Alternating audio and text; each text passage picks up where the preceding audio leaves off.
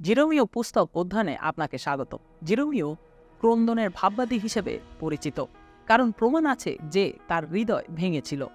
জেরোমীয় তার লেখা 52টি অধ্যায়ের অধিকাংশ জায়গায় সদাপ্রভুর কাছে চিৎকার করে কান্না করার পরে তিনি অন্য আরও একটি পুস্তক লেখেন, যেটি বিলাপ নামে পরিচিত, যার সাধারণ অর্থ হচ্ছে ক্রন্দন।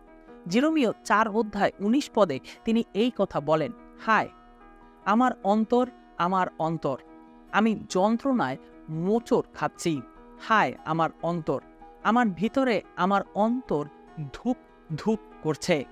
সুতরাং প্রাথমিকভাবে আমরা আশ্চর্য বোধ করি যে এই ভাববাদী কেন এত দীর্ঘ সময় কান্না করেছেন। ভালো কথা, তিনি এত বেশি কান্না করেছেন কারণ তিনি জানতেন যে কি ভয়ানক বিপদ লোকদের উপরে ঘনিয়ে আসছে। আজ আমরা জেরোমীয়কে মানুষের পাপ এবং ঈশ্বরের বিচার সম্পর্কে যা যা বলতে হয়েছিল সেগুলো দেখব। আসুন আমরা বইয়ের প্রেক্ষাপটে ইতিহাসের বিষয়গুলোর প্রতি দৃষ্টিপাত করার মধ্য দিয়ে শুরু করি।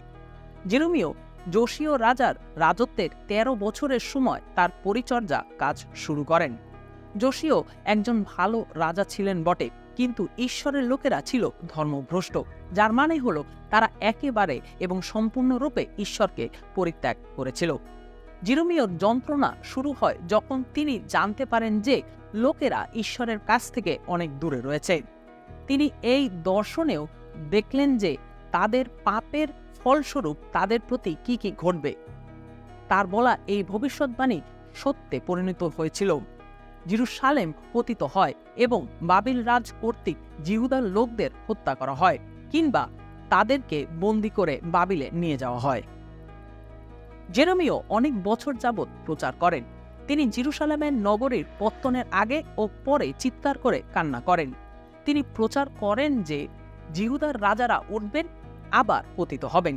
তিনি আরও প্রচার করেন যে বাবিলের কাছে তাদের আত্মসমর্পণ করতে হবে। তিনি প্রচার করেন যে তারা বিদ্রোহ করবে ও আবার আত্মসমর্পণ করবে। তিনি আরও প্রচার করেন যে লোকেরা মারা যাবে এবং তাদেরকে টেনে হেঁচড়ে পরাজয়ের আবর্তে বন্দি করে নিয়ে যাওয়া হবে, যে পর্যন্ত না জিহুদা তার বন্দিত্বকে খুব বেশি লজ্জাজনক বিষয় বলে গ্রহণ করে। বাবিলীয়রা যে বিজয়ী হবে এই বিষয়টি ঘোষণা করার কারণে আক্রমণকারী তার বিষয়টি খুব ভালোভাবেই চিন্তা করল। তিনি যেখানে যেতে চান সেখানেই যাওয়ার জন্য তাকে মুক্ত করে দিল। এইরূপ অবস্থার পরেও তিনি বাবিলে কোনো বন্ধু পেলেন না। তার প্রচার ছিল ইসরায়েলীয়দের প্রতিমা পূজাজনিত পাপের বিরুদ্ধে।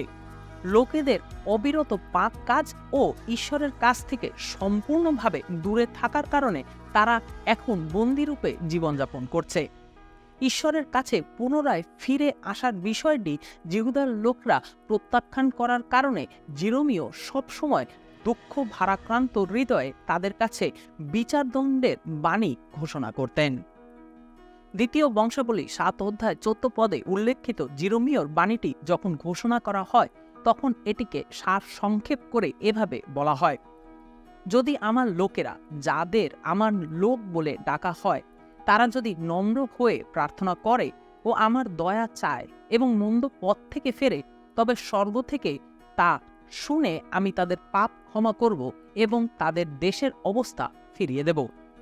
তারা যখন অনুশোচনার বিষয়টি প্রত্যাখ্যান করে তখন তাদের প্রতি বিচার দণ্ড অনিবার্যভাবে সংঘটিত হয়।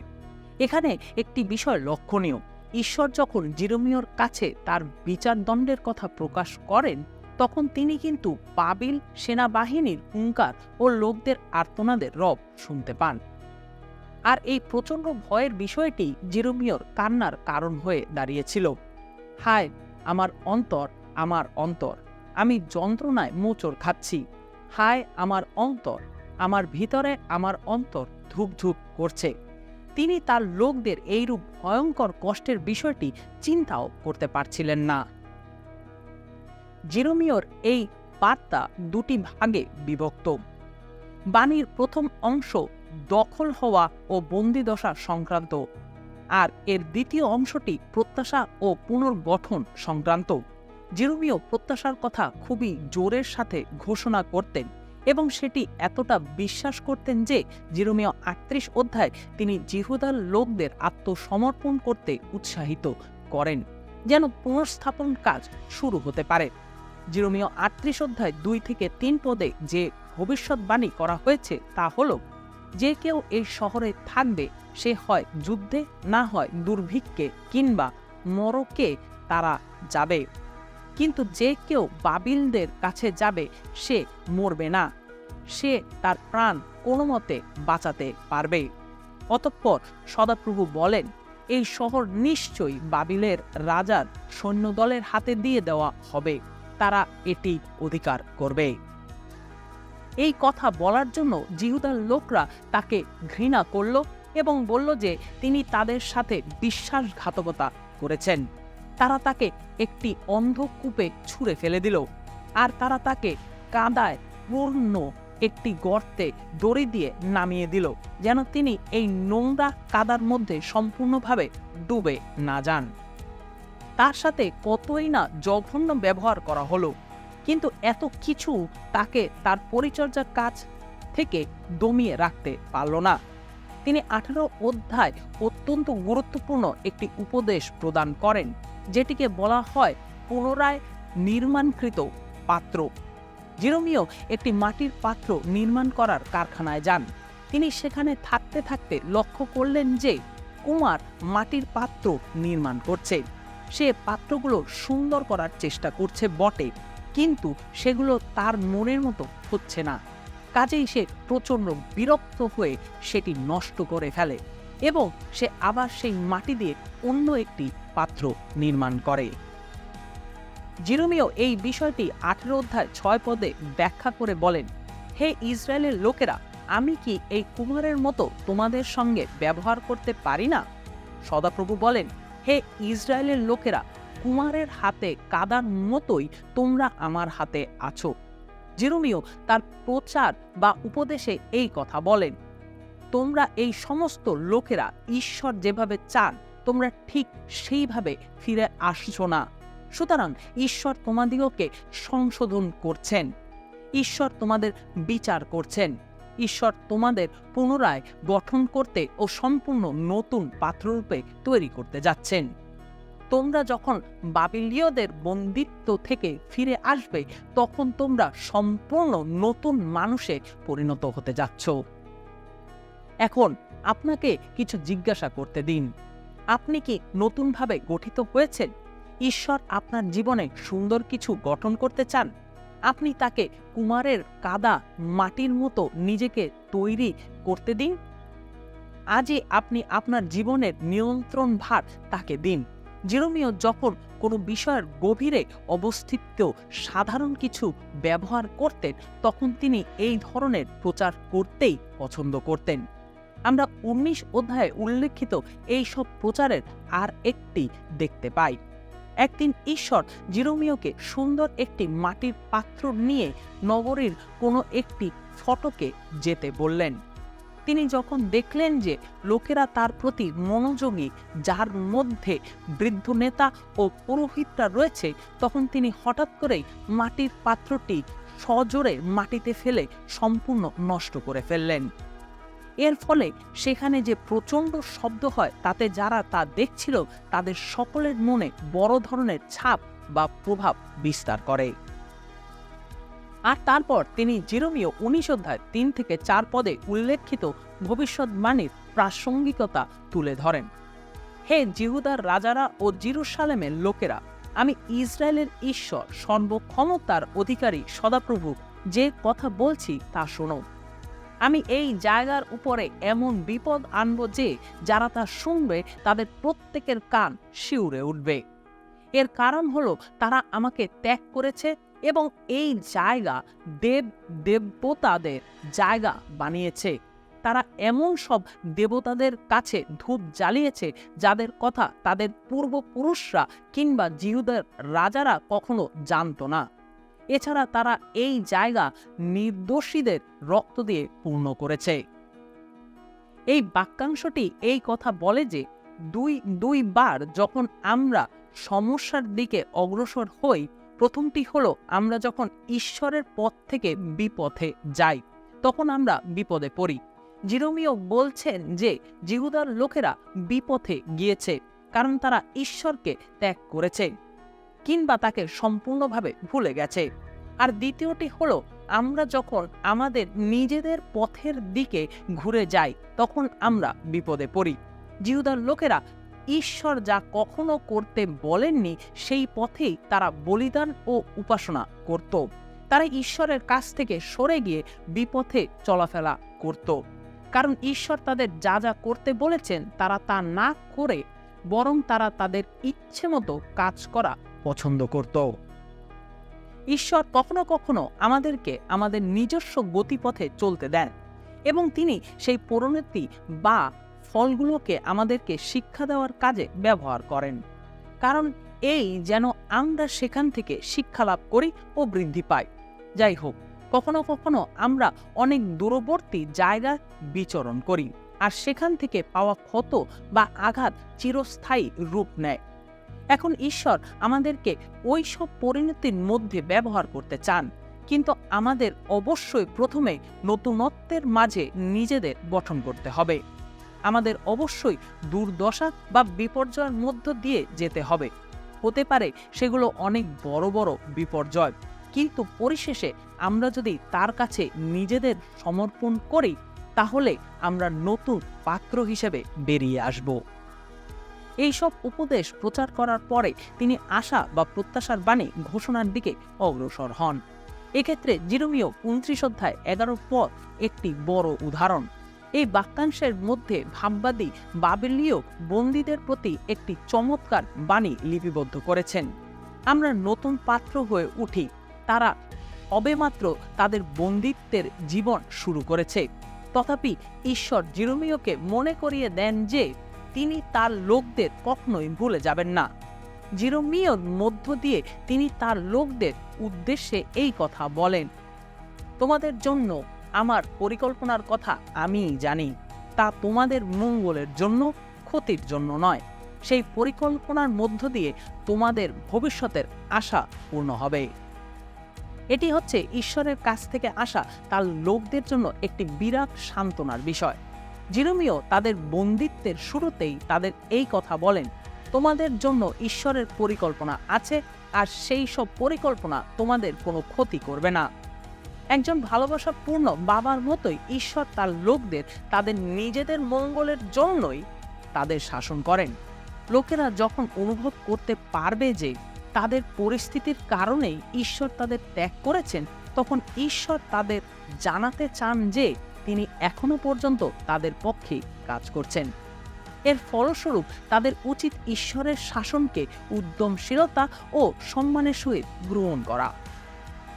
জিরোমিও 4 থেকে 7 পদে তার বলা কথা চালিয়ে যান। তিনি বলতে থাকেন, ইসরায়েলের ঈশ্বর সর্বক্ষমতার অধিকারী সদাপ্রভু যাদের বন্দী হিসেবে জেরুসালেম থেকে বাবিলে পাঠিয়েছেন তাদের সকলের কাছে বলছেন, তোমরা ঘর বাড়ি তৈরি করো, বাস করো, বাগান করে তার ফল খাও, বিয়ে করে ছেলে ও মেয়ের জন্ম দাও, তোমাদের ছেলে ও মেয়েদের বিয়ে দাও যাতে তাদেরও ছেলে মেয়ে হয়। সেখানে তোমাদের সংখ্যা বাড়াবে, কমাবে না। তাছাড়া যে শহরে আমি তোমাদের বন্দি করে নিয়ে গেছি সেখানকার মঙ্গলের চেষ্টা করো। এর জন্য আমার কাছে প্রার্থনা করো, কারণ যদি সেই শহরের মঙ্গল হয় তবে তোমাদেরও মঙ্গল হবে। এই বাক্যাংশটি ছিল বন্দী ইসরায়েলীয়দের জন্য একটি বাস্তব উপদেশ, কিন্তু আজও আমাদের জন্য এটির একটি ভক্তিমূলক আবেদন রয়েছে। আমরা কখনো কখনো বন্দী কিংবা নির্বাসিত হওয়ার অভিজ্ঞতা লাভ করি, কারণ আমরা খারাপ চিন্তা ভাবনা করে থাকি। এই সময়গুলোতে আমাদের প্রায়ই জীবনের নানা রূপ সমস্যার মধ্যে দিয়ে যেতে হয়। আমরা কষ্ট ভোগ করলেও ঈশ্বর আমাদের সান্ত্বনা প্রদান করেন এবং আমাদের সমস্যাগুলো দূরীভূত করেন। এই সময়গুলোতে ভাববাদী আমাদের এই কথা বলেন যেন আমরা ঈশ্বর যতক্ষণ না পর্যন্ত তার উত্তম ইচ্ছার মধ্যে আমাদের না আনেন ততক্ষণ পর্যন্ত আমরা যেন আমাদের নিজ নিজ পাপের ফল যথাযথ সম্মান ও উদ্যমতার সাথে বয়ে নিয়ে যায়। কখনো কখনো আমরা যা দেখতে ব্যর্থ হই তা হলো ঈশ্বর রাগে নয়, কিন্তু সত্যিকার অর্থে তিনি আমাদের নিজেদের মঙ্গলের জন্য আমাদেরকে সংশোধন করেন। আমরা যদি ঈশ্বরের শিক্ষার বিরুদ্ধে লড়াই করি তাহলে আমরা কেবলমাত্র আরও বেশি পরিমাণে দুঃখ কষ্টই খুঁজে পাব। প্রশ্ন হলো, ঈশ্বর যখন ভালোবেসে আপনাকে কোনো কিছু শেখাতে চেষ্টা করেন তখন তার প্রতি আপনার সাড়াদান কেমন হবে? কাজেই এটি হলো সেই বিষয় যা জিহুদার লোকেরা যখন নির্বাসিত হওয়া শুরু করে তখন জিরমীয় ওই লোকদের উদ্দেশ্যে লেখেন, আপনারা বন্দিত্বের জীবনযাপন করবেন, যেটি কোনোভাবেই এড়ানো যাবে না। আপনারা সেটি পরিবর্তন করতে পারবেন না, কিন্তু আপনাদের ব্যর্থতা থেকে শেখার একটি বিকল্প পথ আছে, আর আপনারা এই অবস্থা থেকে আর ভালো মানুষ হিসেবে ফিরে আসবেন। আমরা এটিকে ব্যর্থতা থেকে সফল হওয়া বলতে পারি। জিহুদার লোকদের নির্বাসনে যাবার প্রাক্কালে ঈশ্বর তাদের এই শিক্ষাই দিতে চাইলেন। এখন এখানে লক্ষণীয় বিষয় হলো ঈশ্বরের লোকেদের শিক্ষা দেওয়ার জন্য তার কাছে আরও একটি বিষয় রয়েছে। এই বাণীটিকে জোয়াল বিষয়ক উপদেশ বলতে পারি, কারণ জিরমীয় যখন প্রচারে যেতেন তখন তিনি কাঁধের উপরে একটি জোয়াল বহন করতেন। বাইবেলীয় সময়কালে ষাঁড় এই জোয়াল বহন করত। চাষ করার সময় এটিকে ষাঁড়ের কাঁধের উপরে রাখা হতো। এই উদাহরণটি ভাববাদী যেভাবে জিরমীয় 27 অধ্যায় 6 পদে উল্লিখিত বাণীটি ঘোষণা করেন তার সাথে অত্যন্ত সাদৃশ্যপূর্ণ। উক্ত পদে বলা হয়েছে, এখন আমি তোমাদের সব দেশগুলো আমার দাস বাবিলের রাজার নবুকদনেস্বরের হাতে তুলে দেব।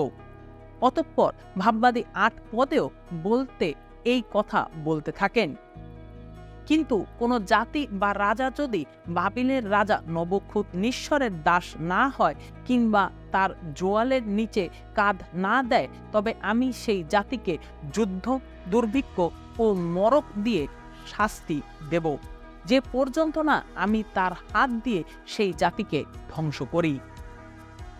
কতই না অদ্ভুত ভবিষ্যৎবাণী! ঈশ্বর কেন বিদেশি রাজার সেবা করতে ব্যর্থ হওয়ায় তার লোকদের শাস্তি প্রদান করবেন? ভালো কথা, কুমার ও মাটির পাত্র ভেঙে ফেলার উপদেশ থেকে যে শিক্ষা পাওয়া যায় তাতে বোঝা যায় যে ঈশ্বর জিহুদার লোকদের একটি বিষয় শেখানোর চেষ্টা করছেন। তারা যদি তাদের এই শাস্তি গ্রহণ করতে ব্যর্থ হয় তাহলে তারা ওই শিক্ষাটা শুনতেও ব্যর্থ হবে, আর এর ফলে তারা উত্তম মানুষ হতে ব্যর্থ হবে। মনে রাখুন, ঈশ্বর সবসময় তার লোকদের জন্য ভালো কিছু আনতে চান, তিনি তাদের ক্ষতি করতে চান না। ঈশ্বরের স্বভাবই হলো সবসময় কেবল উত্তম কিছু করা। এটি আমাদেরকে ঈশ্বর যেভাবে আমাদের শাস্তি দেন সে সম্পর্কিত গুরুত্বপূর্ণ কিছু প্রদর্শন করে। আমাদের মঙ্গলের জন্যই তার বাক্যগুলো সুপরিকল্পিতভাবে সাজানো হয়েছে, কিন্তু সেগুলো আমাদের দেহ বা শরীর যা চায় তার সম্পূর্ণ বিপরীত হতে পারে। যখন আমরা চিন্তা করতে পারি যে ঈশ্বর আদৌ আমাদের যত্ন নেন না। হিতোপদেশ 27 অধ্যায় 6 পদটি স্মরণ করুন, যেখানে লেখা আছে, বন্ধুর দেওয়া আঘাতে বিশ্বস্ততা আছে। কুমার যেভাবে তার মাটির পাত্রটিকে বারবার গঠন করেন, ঠিক একইভাবে ঈশ্বরও আপনাকে বারবার গঠন করতে পারেন, কিন্তু তিনি কেবলই এটি করেন যেন তিনি এটিকে আরো সুন্দর করে তুলতে পারেন। তিনি আপনাকে টুকরো টুকরো করে ভাঙতে পারেন, কিন্তু শুধুমাত্র তিনি তা করেন যেন তিনি তার নিজের নকশায় আপনাকে আবার গঠন করতে পারেন, আর তিনি আপনাকে কঠিন অবস্থার মধ্যেও আনতে পারেন, কিন্তু তিনি কেবলই এমনটি করেন যেন আপনি তার কাছে আবার ফিরে আসবার বিষয়টি শিক্ষা লাভ করতে পারেন। সুতরাং যেহেতু আমরা এই অংশটি শেষ করতে যাচ্ছি, তাই আপনি এই আশা বা প্রত্যাশার বাণী থেকে বঞ্চিত হবেন না। ঈশ্বর একজন প্রেমময় পিতা। ঈশ্বর যখন আপনাকে শাস্তি দেন তখন আপনার জন্য তার যে পরিকল্পনা রয়েছে তা তিনি খুব ভালোভাবেই জানেন। তার এই পরিকল্পনা আপনার ক্ষতি করা নয়, কিন্তু তা হলো আপনাকে আত্মিকভাবে সমৃদ্ধ করে তোলা। তার পরিকল্পনা হলো আপনাকে প্রত্যাশা ও একটি উজ্জ্বল ভবিষ্যৎ প্রদান করা। মনে রাখুন যে সবচেয়ে গুরুত্বপূর্ণ বিষয় হলো সঠিক পথে সঠিকভাবে ঈশ্বরের শাসনের প্রতি সাড়া প্রদান করা। ঈশ্বর আপনাকে আপনার ব্যক্তিগত বন্দিত্ব থেকে ফিরিয়ে আনতে এবং আপনাকে নতুন রূপে গঠন করতে পারেন। এখনো সময় আছে, আজই নিজেকে তার হাতে সঁপে দিন।